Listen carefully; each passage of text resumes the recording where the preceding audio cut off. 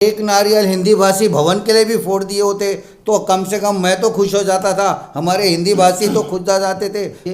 हमारे आमदार साहब जो है वो सिर्फ अमीरों के आमदार साहब, बिल्डिंगें बनाना, बिल्डिंग में पार्टनर बनना, हाँ। कौन सा जमीन में खाली जगह है उसका कैसे इंक्रोचमेंट करना, पैसे गए, अरे जनता का पैसा लेके आप लक्ष्मी पुत्र बन रहे हो। आमदार साहब सिर्फ कमीशन का आमदार है। आ जाओ लोनावाला, हाँ, वहाँ पे 5 स्टार होटलें बन गई है, वहाँ पे बड़े बड़े रिसोर्ट बने हैं।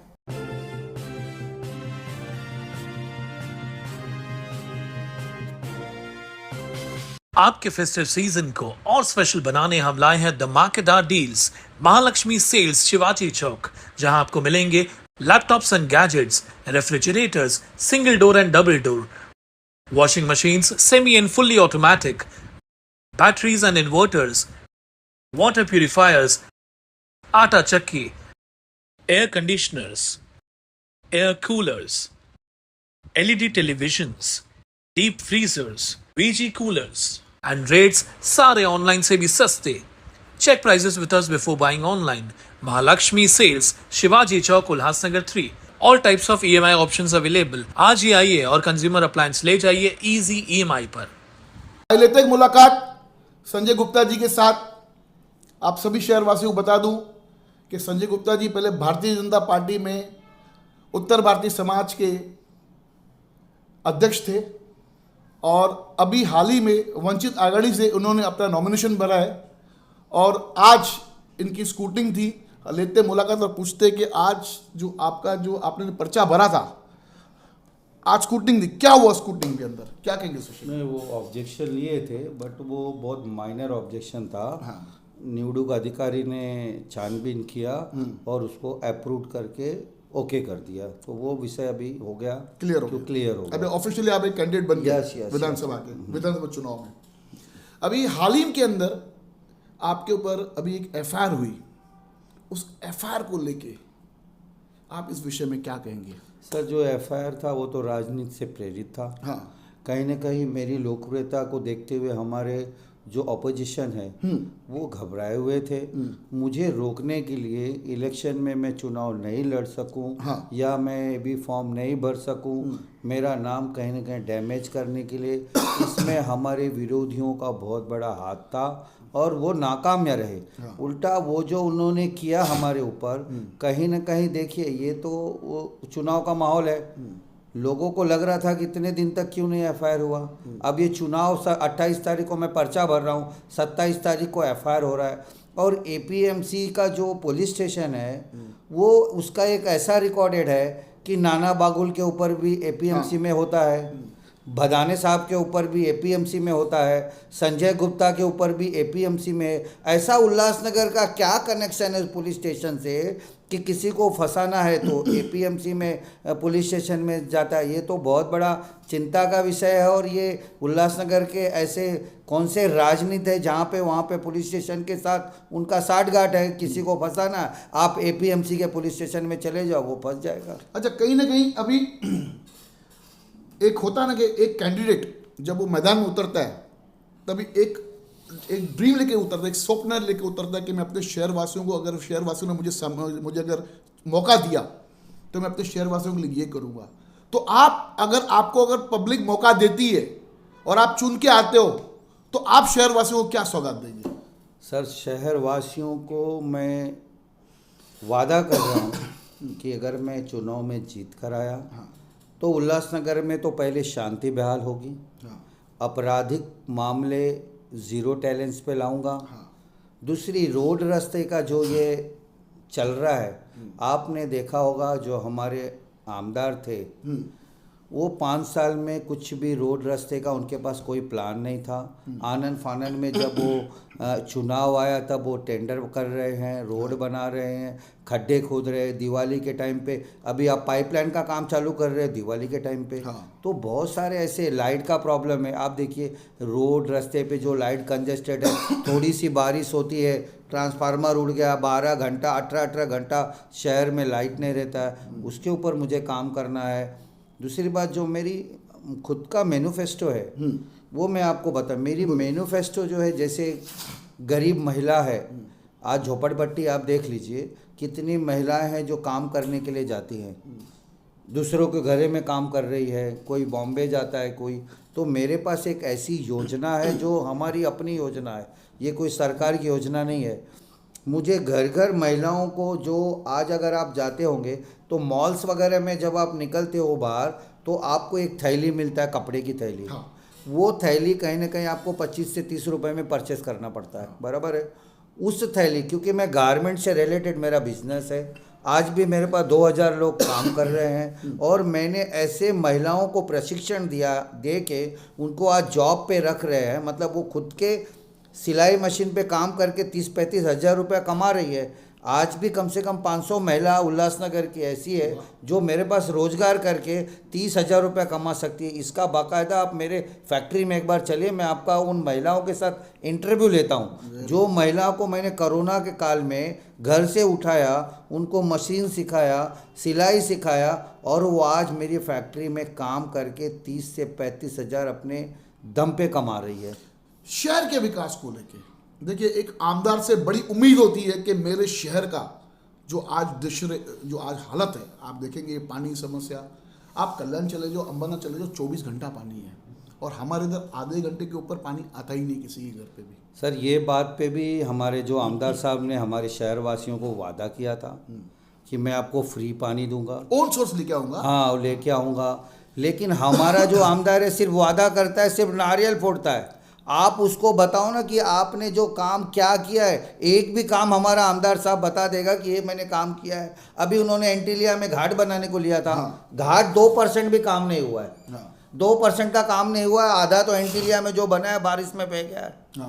25 करोड़ रुपया कुछ उसका मेरे हिसाब से टेंडर हुआ है, और इतना घटिया सामान वापरा है। आप अगर विकी भाई वहाँ पे चलिए तो रोड आज भी नीचे अप डाउन हो चुका है, यानी लेवलिंग भी नहीं की, लेबलिंग भी बरोबर नहीं किया। रोड अप डाउन, इतना अप डाउन है। कभी आप कैमरा लेके चलिए वहाँ पे करिए। और शाम को वहाँ पे दारू पीने के लिए, अगर आप शाम को कभी आप अचानक चक्कर मारिए, लोगों को झुंड बैठी रहती है दारू पीने के लिए, तो वहाँ पे हमारी माताएं बहनें कैसे जाएंगी?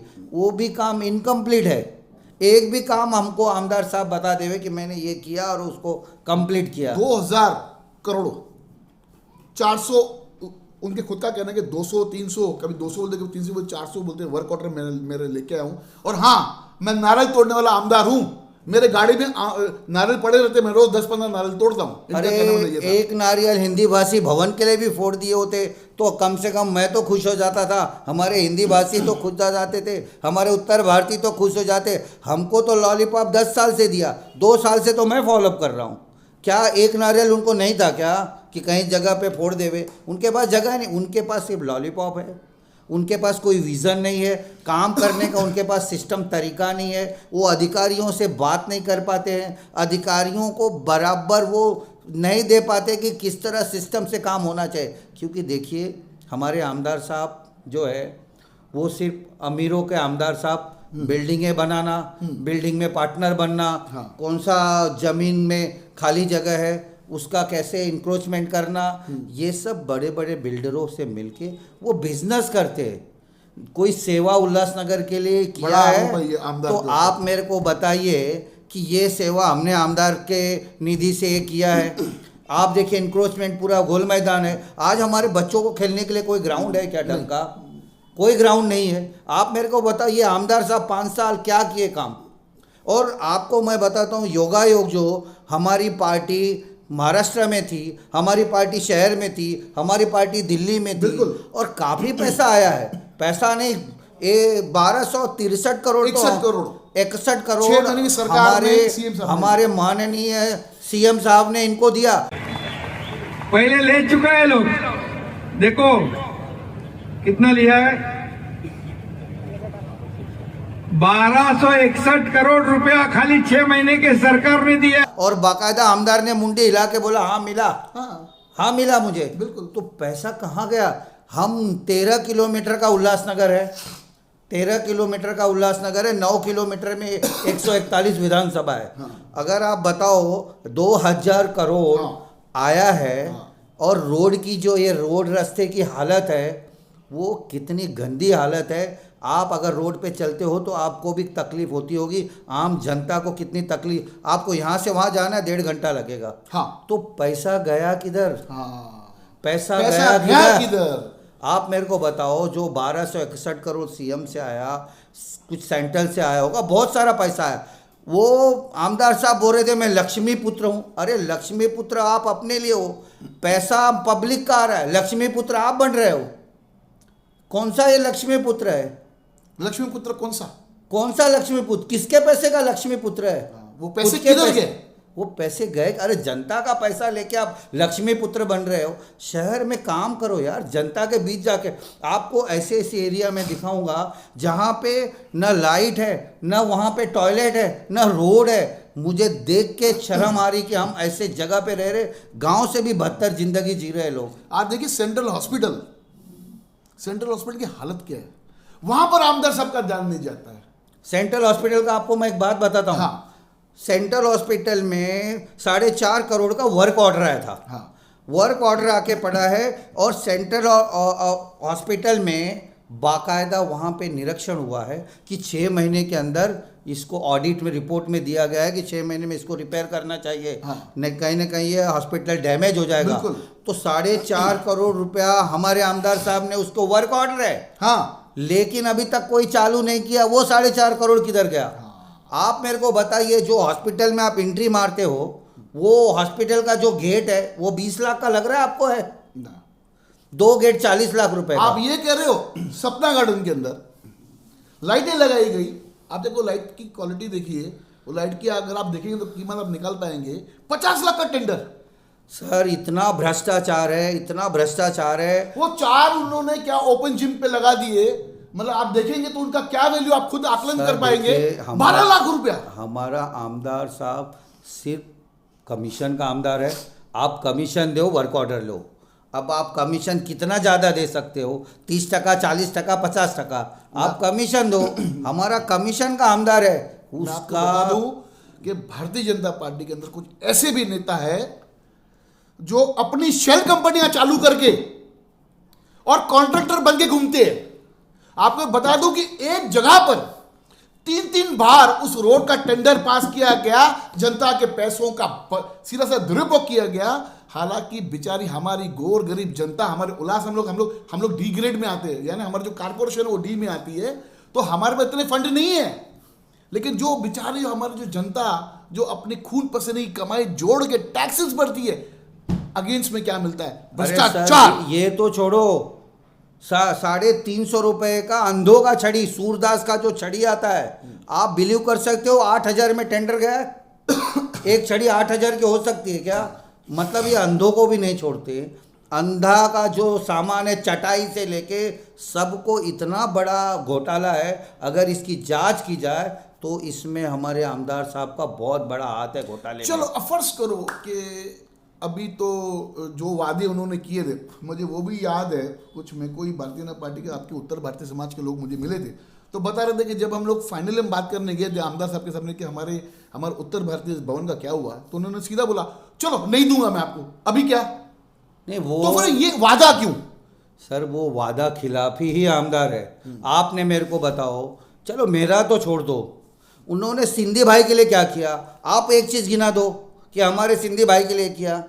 क्यों छोड़ के गए सब लोग? क्योंकि यहाँ पे डेवलपमेंट नहीं था, यहाँ पे सिस्टम पे रहने का जगह नहीं है, इसलिए लोग जाके यहाँ पे सिर्फ बिजनेस कर रहे।